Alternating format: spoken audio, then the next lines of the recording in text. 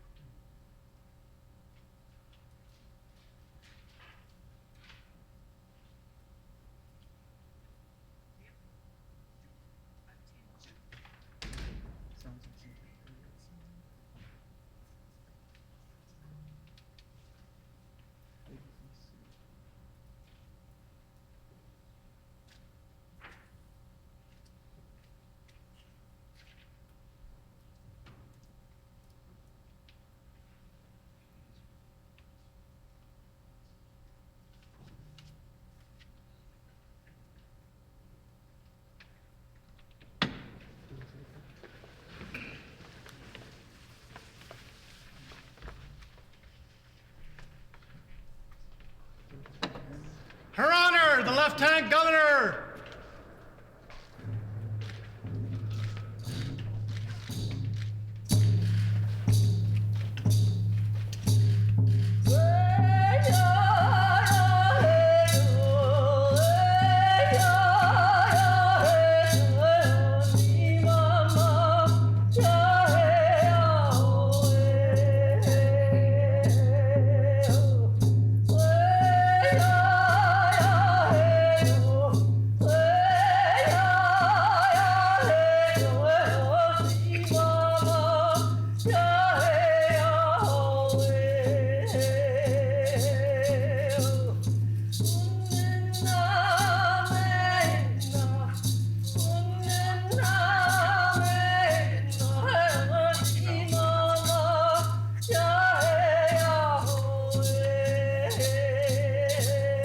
Oh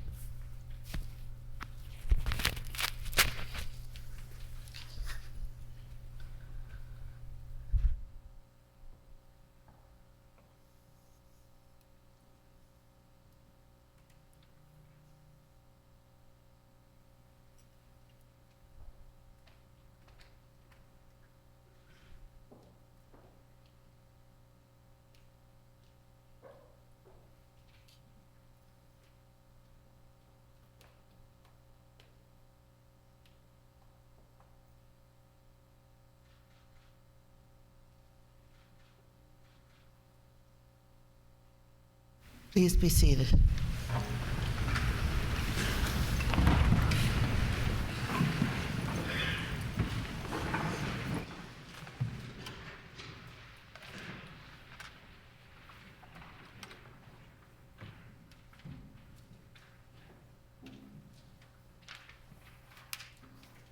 Madam Speaker and members of the Manitoba Legislature, we are gathered on Treaty 1 territory and acknowledge that Manitoba is located on the treaty territories and ancestral lands of the Anishinaabe, Cree, Ojibwe, Cree, Inuit, Dakota, and Dene peoples.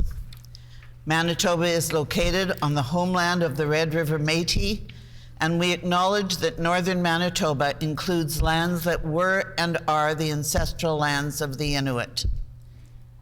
As Manitoba's 26th Lieutenant Governor, I welcome you to the 5th session of the 42nd Legislative Assembly of the Province of Manitoba.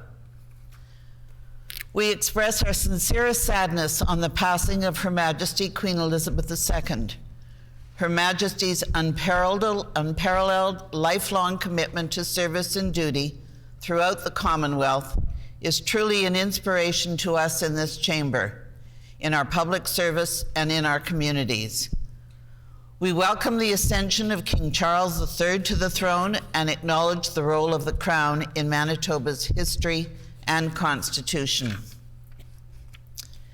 From his first official visit in 1970 to his most recent in 2014, when he was present in this chamber, His Majesty has had a special relationship with this province. The Crown underpins our constitutional relationships with the federal and provincial governments and Indigenous communities. It is a reminder to government that our power to govern rests elsewhere, and it is entrusted to elected governments to exercise on behalf of and in the interests of the people. I also express sincere gratitude to the Honorable Janice Fillman for serving as Manitoba's 25th Lieutenant Governor. She served Manitoba with dignity and with grace. Today, Manitoba is at a crossroads with tremendous potential ahead as we continue these early days of moving beyond the pandemic. Signs of recovery surround us as Manitobans literally step out into the world once again with a renewed sense of hope and of optimism.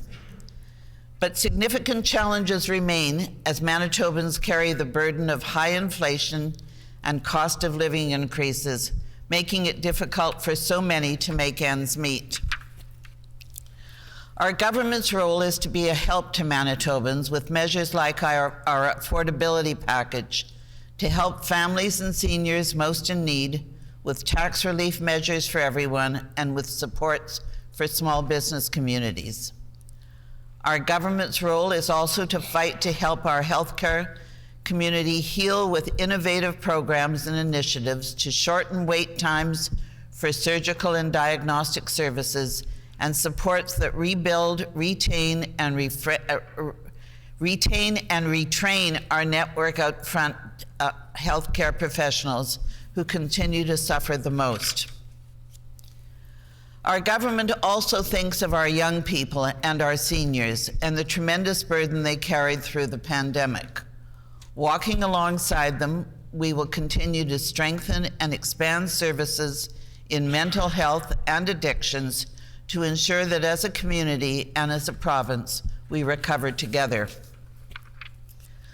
Left behind are the vestiges of human suffering that we experience every day in a violent crime rate that is escalating and must be arrested. Working in partnership with so many community organizations dedicated to our sense of safety, our government has said, enough is enough, as it introduces tough new measures to support police while addressing in a significant way the root causes, including poverty and homelessness. Together, we have faced with what historians will no doubt call the greatest challenge in generations. It has been an easy path for no one, but our government will continue to tackle all challenges with a renewed sense of vigor. We will not give up fighting to right our great province for the benefit of our children and seniors, our doctors and nurses and teachers, our business community, and every citizen who calls this great province home. A year ago, my predecessor laid out our government's vision and priorities for the remaining years of its current mandate.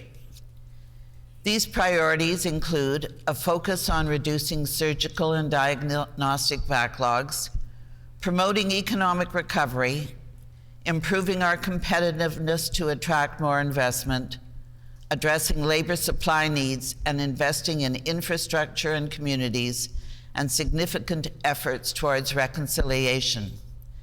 Des progrès ont été réalisés, mais il reste beaucoup à faire.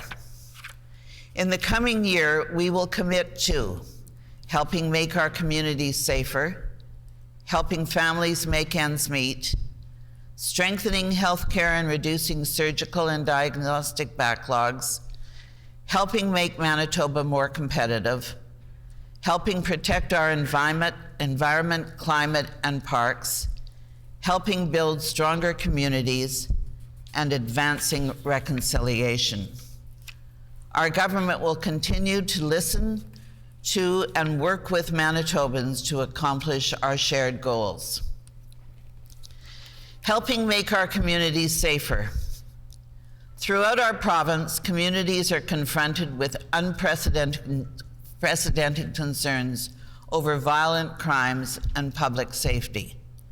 Our government will continue to work collaboratively with all police agencies alongside all levels of government to ensure the resources needed to make our communities safer are available and investments are made strategically and focused on protecting our citizens.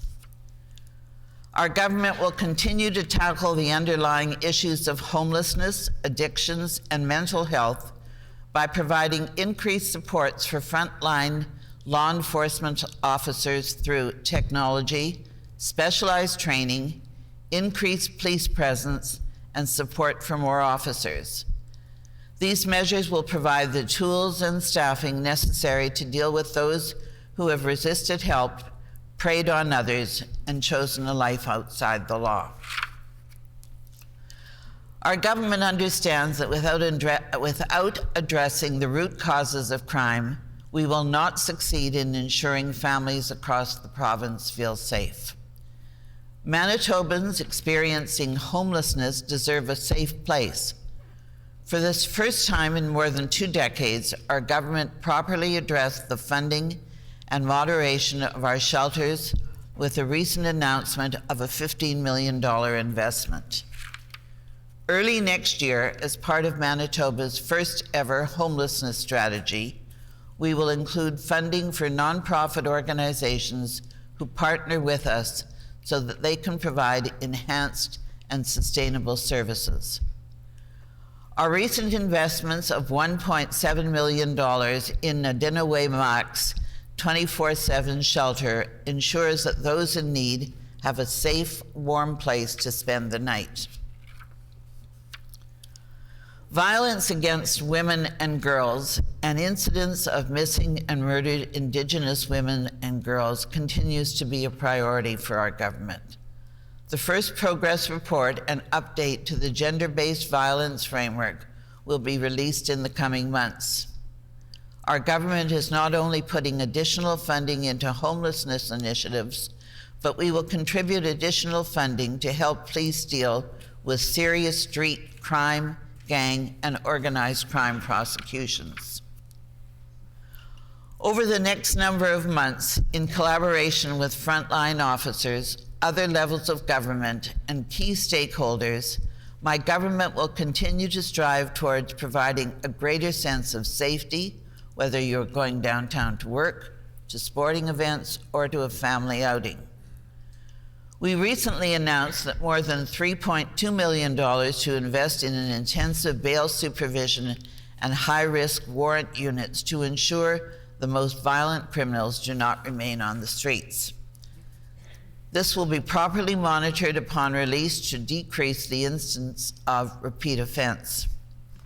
This will help us find and apprehend the most violent criminals responsible for committing the most heinous crimes in our communities. The Downtown Community Safety Partnership is making strides in creating a safer city center. Earlier this month, we extended funding to the DCPSP with a $3.6 million grant. Working with our community partners, a renewed and enhanced camera network system will provide even more eyes on the ground to make downtown safer for everyone. Crimes targeting children are of the utmost concern to our government. To stop those preying on our children, we will increase funding that targets gang activities and child exploitations.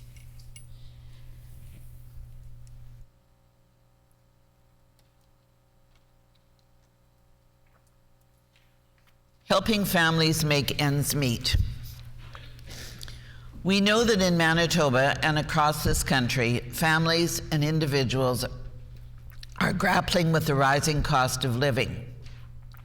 Everything from gas to groceries is getting more expensive as a direct result of rising inflation and the federal carbon tax. Our government has and will continue to listen to the needs of Manitobans. We have heard, we have acted, and we will continue to fight to help families make ends meet. Earlier this year, we introduced new taxation measures as well as the $87 million family affordability package to help families with children, seniors living on a fixed income, and vulnerable Manitobans. We have also established 2 refundable tax credits in relation to the new affordability payments for families with children and low-income seniors. Families with children under the age of 18 with a household income of under $175,000 receive family affordability checks of $250 for the first child, plus $200 for each additional child. This means an average Manitoba family with 2 children will receive a $450 check in their mailbox. And seniors will receive a $300 seniors affordability check. Nous sommes convaincus que cela aide à alléger le coût de la vie, en particulier pour les personnes qui ont le plus besoin.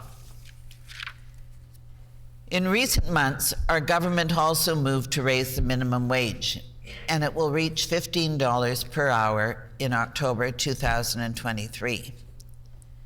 In 2023, the education property tax rebate will provide even further assistance with an increase for residential and farm properties to 50% from 37.5% in 2022, increasing the average rebate for a homeowner to $774 in 2023 from $581 this year. Manitoba Public Insurance has issued rebates averaging $700 over the last 2 years. And we will continue to do even more as we strive to help to make life more affordable for all Manitobans, with a pledge to look at new supports as they are needed. And we head into the winter and the holiday season, our government is particularly mindful of additional cost pressures and will stand with all Manitobans. Our government values Manitoba Hydro, the resource it is for Manitobans and the key driver it is for our economy. Manitoba Hydro has been historically mismanaged by previous governments. Significant increases to funding for the Public Utilities Board will strengthen its ability to fulfill its independent regulator role, reviewing rate applications and acting in the best interests of Manitoba ratepayers. Our government will financially stabilize Manitoba Hydro as a Crown corporation.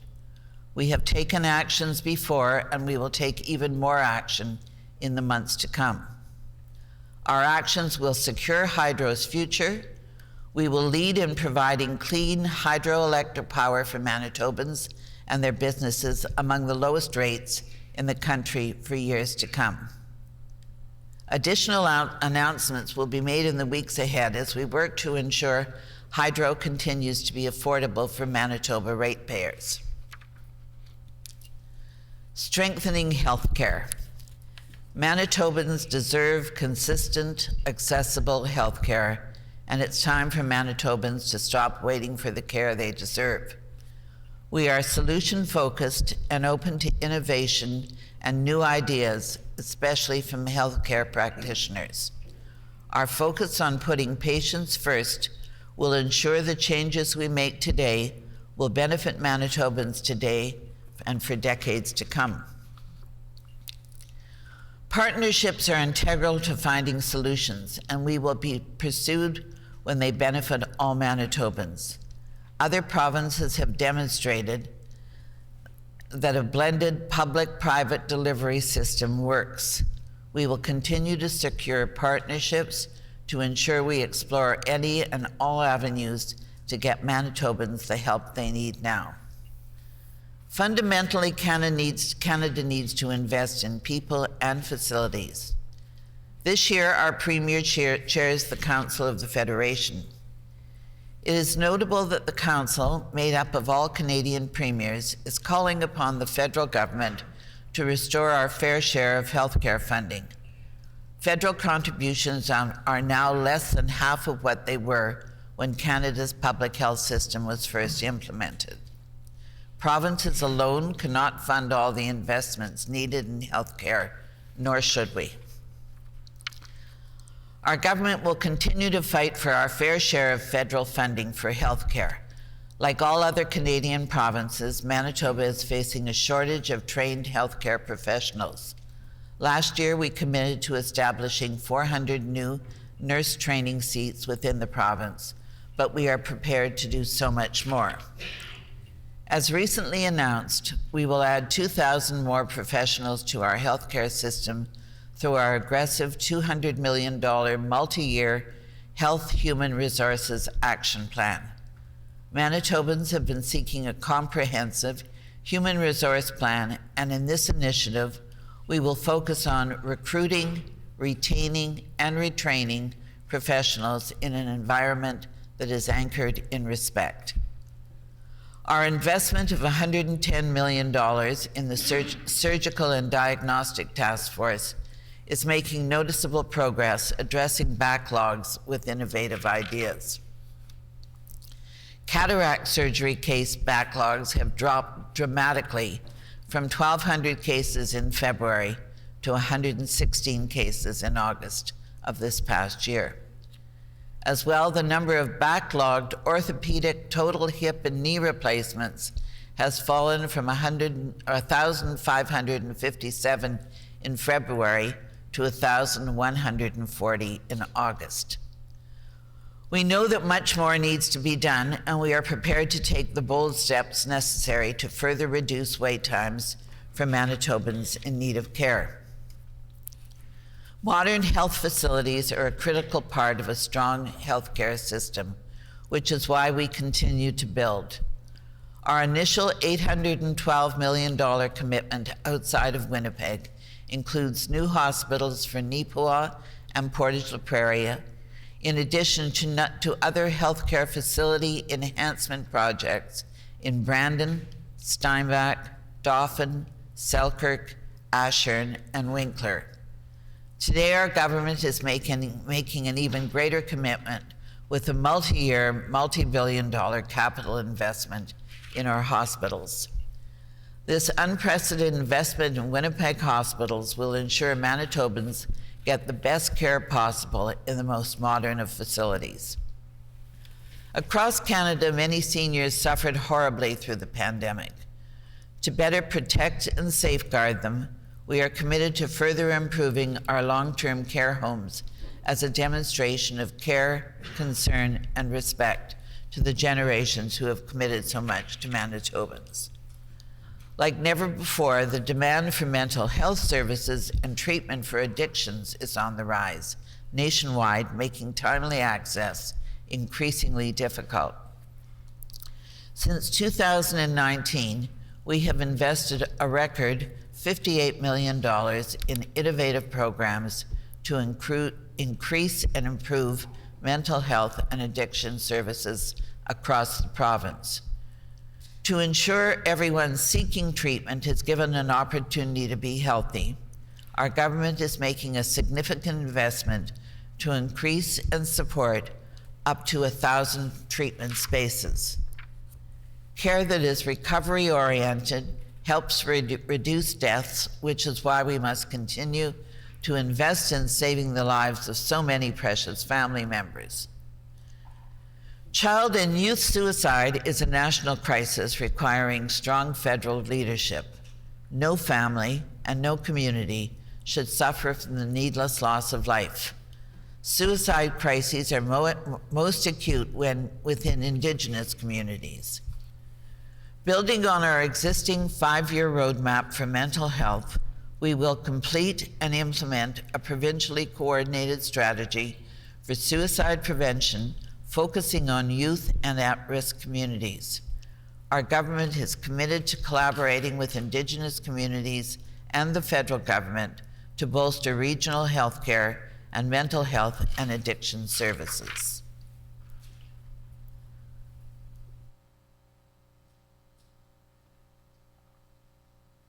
Education. The hallmark of a successful education system is one which provides a strong, cohesive continuum of learning from childhood to adulthood in safe, secure environments. Transformational investments in childcare, education, and advanced education are critical to preparing young Manitobans for their future. To address the need for affordable and accessible, high-quality early childhood education, especially in rural communities, we are investing up to $70 million to fund up to 17 new facilities to create more than 1,200 new spaces. To strengthen the sector and encourage more individuals to pursue a career in early childhood education, an increase to operating grants is planned for early in the new year to support increased wages. As the workforce grows, more investments will be made to add more spaces. Our province is also making unprecedented investments in K-12 education. We are on track to deliver on the $1.6 billion 4-year funding guarantee, with over $1.3 billion invested in the first 3 years, including more than $460 million for 2022-23. We will be creating both a teacher registry and an independent body to improve accountability and transparency related to educator misconduct in the K-12 schools. Our government will continue to work with community agencies, policing services, and department stakeholders to prevent child exploitation, be it online or in schools. Growing the workforce is a priority, and Manitoba supporting investments in adult, continuing, and post-secondary education are on track. It is essential that we strengthen our collaboration with post-secondary institutions and businesses to identify skills and labor needs and respond to the training, research, and development needs of Manitoba businesses, including the manufacturing sector. Our government is considering all post-secondary education proposals that will help address labor shortages and foster economic growth. Government is also taking a close look at ensuring equitable funding across post-secondary education institutions. Our government will work with colleges to refine their college growth proposal to address labor and skills shortages. Earning micro-credentials is becoming increasingly important, and our colleges are adapting programs to serve students, employees, and businesses. A comprehensive review to inform the development of an adult education strategic plan is underway on how best to retrain Manitobans to address high-demand, well-paying trades in our province. Promoting skilled trades as a strong career path will help Manitoba build and support a skilled, diverse workforce. A new income support program to address the unique needs of people with severe and prolonged disabilities will be launched next spring. And the Journey to Independence Fund will be introduced to help Manitobans for better job prospects and community participation. Making Manitoba more competitive. Manitoba's workforce is projected to grow by 3.7% by 2026. Nearly a third of job openings over the next 5 years are expected to be new jobs created by economic growth, and 6 out of 10 will require post-secondary education. The Conference Board of Canada shows Manitoba's real economic growth will rise again this year, although inflation and higher interest rates may impact that growth. To make us more competitive, our government has and will continue to make strategic investments in venture capital and infrastructure to position our province to capitalize on developing global economic growth opportunities in green energy, digital services, sustainable agriculture, manufacturing, and critical minerals. Earlier this year, we announced a $50 million investment into Manitoba Venture Capital Fund. As Manitoba companies use the fund to grow from within or choose to locate in Manitoba, our government will make further investments to ensure the financing required at all growth stages of a company are available and in place. Already, this initial investment has generated more than $100 million in private sector interest. The Community's Economic Development Fund supports Northern economic development by providing a reliable source of capital for Northern business development. The fund will soon reopen its business loan program to support key sectors of a growing Northern economy and help fill financing gaps for Manitoba businesses. Manitoba is in a unique position economically, with gateways to trade in the north, the south, the east, and the west. Our vision and strategy is to build on our multimodal transportation hub and trade gateways to forge a more prosperous future for all Manitobans. La création d'une province plus compétitive nous permettra de pas pendant que nous résistons à la tempête économique. Investments will strengthen and complement existing projects, including the Winnipeg Perimeter Freeway Initiative, the Centre Port Rail Park, and the Hudson Bay Rail Line, and completing the twinning of the Trans-Canada Highway to the Ontario border. Accelerated investments in these key trade corridors will maximize our trade capacity. A recent $40 million commitment to Centerport will stimulate high-paying jobs essential to economic growth. We will continue to work with the City of Winnipeg as they develop their transportation master plan. Northern Manitoba's success is essential to our province's long-term economic sustainability. The recent announcement of $74 million in the Hudson Bay Rail Line will guarantee continued service to remote communities and will attract increased investment in the Port of Churchill. The dividends flowing from these northern critical infrastructure investments will be in the form of new jobs. In this tumultuous time, people, companies, and investors are recognizing that Manitoba is the answer to many of the world's problems. The world has discovered that the combination of Manitoba's critical mineral and strategic resources, our affordable, reliable, renewable energy, and our highly skilled workforce will be key to creating the materials and products that will drive the world's energy transition. This is best illustrated by the record investment by local companies by global companies, in mineral exploration in Manitoba last year. We are regaining our reputation as leading mining jurisdiction.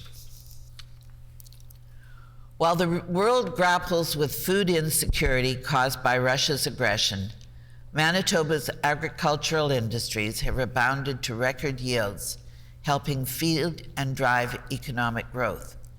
And soon products and resources from across the West will reach markets around the world using Western Canada's Northern Transportation Corridor.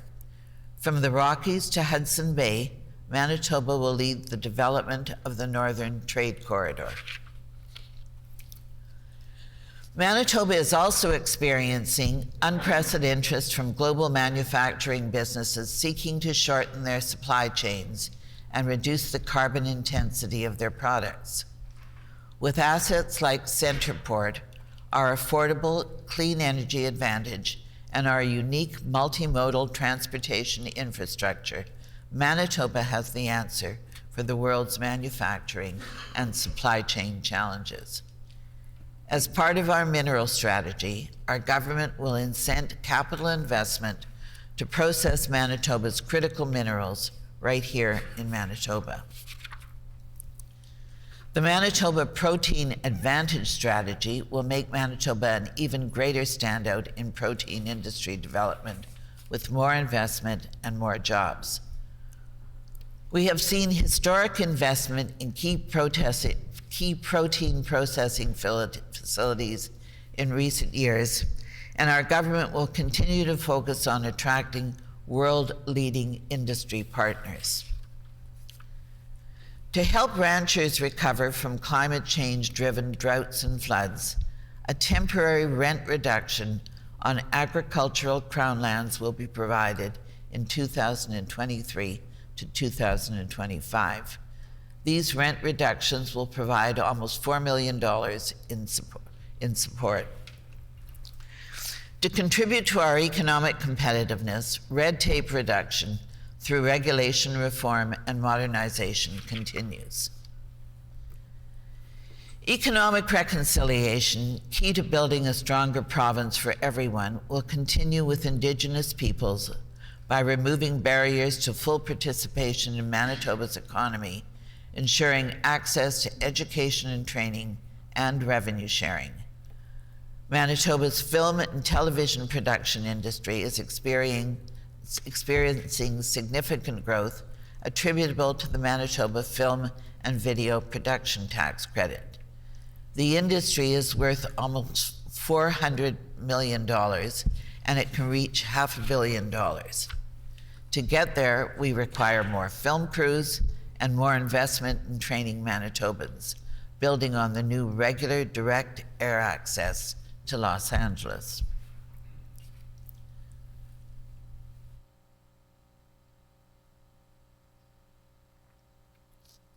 Helping protect our environment, climate, and parks. Advancing economic activity and job creation are key to our province's future, and so is environmental protection and conservation. Our government made substantial investments in water management, conservation, and protection, and more will follow. Water is our most valuable resource, and every drop counts. To secure Manitoba's water future and advance our environmental, economic, and community priorities, the action plan for our recently announced water strategy framework will be released by spring 2023. A thorough review of all water legislation to guide our water management will be initiated. Manitobans value their provincial parks, and a capital plan for major investment in our parks will be announced. A trail strategy and action plan to enhance and support a high-quality network of accessible trails will soon be announced. It will create a path forward, providing health, social, and economic benefits for trail users and communities across the province.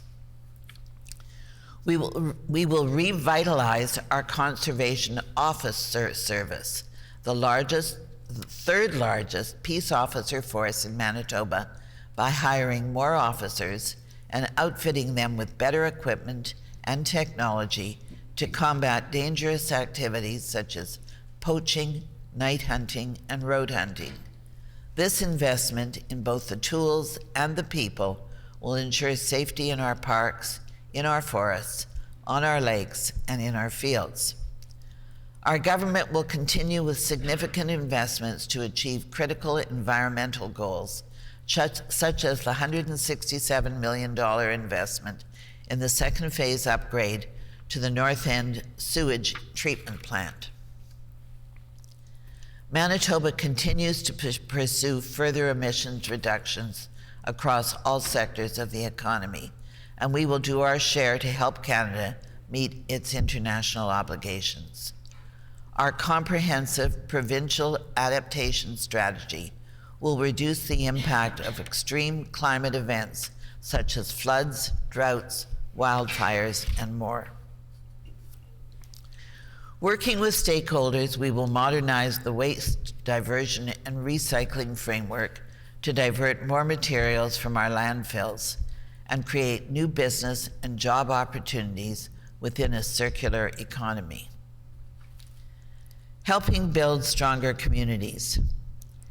Investments in our communities, recreation, arts, and culture, and newcomers to our province creates prosperity and a good quality of life. Many organizations faced reduced revenues and fundraising challenges. The Arts, Culture, and Sport in Community Fund will invest $100 million in communities to maintain and strengthen the programs and facilities that are an important part of this place that we call home. Notably, the first year's allocation will be fully subscribed. Public libraries are important institutions within our communities, and we will continue to strengthen our public library systems with increased funding. Every region of the province benefits from the tourism revenue and jobs. Updated forecasts predict Manitoba tourism revenues to return to 2019 levels in 2023, a year earlier than originally estimated. L'immigration est un élément de clé de notre plan d'approvisionnement en main d'œuvre. Throughout our history as a province, Manitoba has been a destination for those fleeing conflicts around the world, seeking peace and the opportunity for a better life for their families. Manitoba continues to welcome and support newcomers to our province. Last year, we welcomed more than 1,600 newcomers to this province. And this year, in a little over 6 months, the welcoming and generous spirit of Manitoba was exemplified by how we united as a community to welcome more than 12,000 people fleeing the brutal and unjust war in Ukraine. We are the gold standard across Canada for welcoming refugees from Ukraine. This demonstrates once again that when we work together, we win together. The final report of Manitoba's Immigration Advisory Council will be delivered soon with recommendations to enhance the success of Manitoba's provincial nominee program. Our renewed Canada-Manitoba immigration agreement will ensure our province is able to attract potential immigrants based on provincial economic priorities while collaborating on the settlement and integration of newcomers. To conclude, we have outlined our plan for the upcoming year. We will help make our communities safer. We will help families make ends meet. We will strengthen our healthcare and reduce wait times. We will make Manitoba more competitive. We will protect our environment, climate, and parks. We will help build stronger communities. Estimates for the requirements for the public services of the province for the next fiscal year and the public accounts for the last fiscal year will be placed before you for your consideration. I leave you now to the faithful performance of your many duties and trust that in meeting them, you may have the guidance of divine providence in all your deliberations. I wish hope and opportunity for all Manitobans. God bless Canada, and God save the King.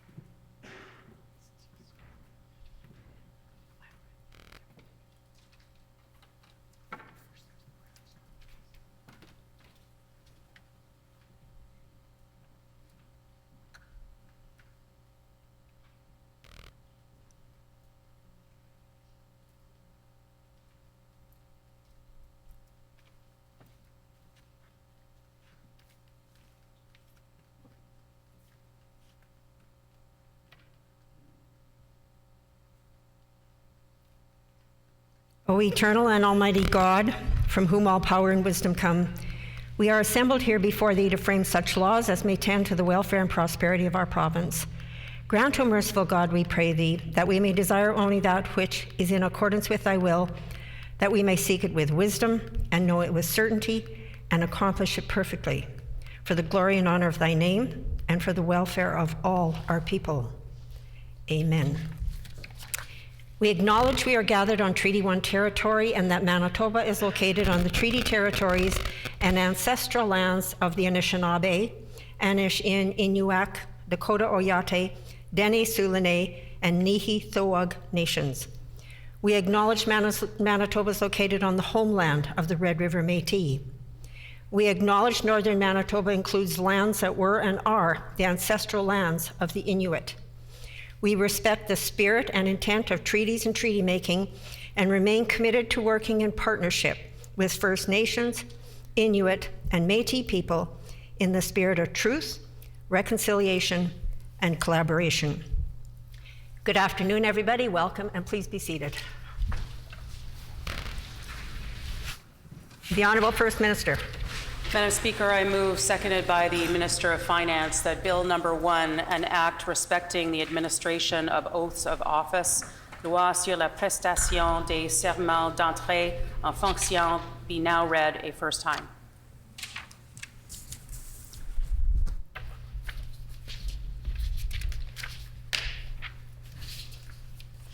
It has been moved by the Honourable First Minister, seconded by the Honourable Minister of Finance, that Bill Number 1, an act respecting the administration of oaths of office, be now read a first time. The Honourable First Minister. Madam Speaker.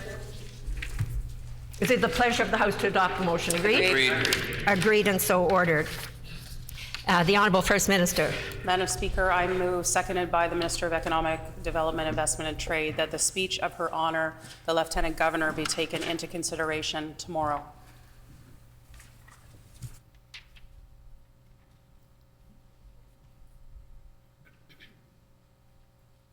It has been moved by the Honourable First Minister, seconded by the Honourable Minister of Economic Development, Investment and Trade, that the speech of Her Honour, the Lieutenant Governor, be taken into consideration tomorrow. Is it the pleasure of the House to adopt the motion? Agreed? Agreed. Agreed, and so ordered. The Honourable First Minister. Madam Speaker, I move, seconded by the Minister of Education, that this House do now adjourn.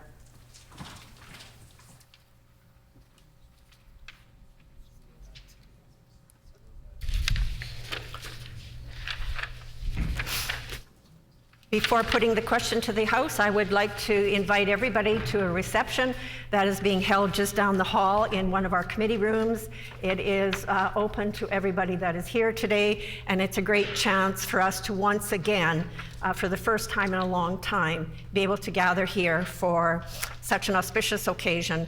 And, in a province, the throne speech is very significant. We're grateful that all of you made it here, and we hope that you will stay and enjoy refreshments with all of us just down the hall. So it has been moved by the Honourable First Minister, seconded by the Honourable Minister of Education, that this House do now adjourn. Is it the pleasure of the House to adopt the motion? Agreed? Agreed, and so ordered. The House is now adjourned and stands adjourned until 1:30 p.m. tomorrow.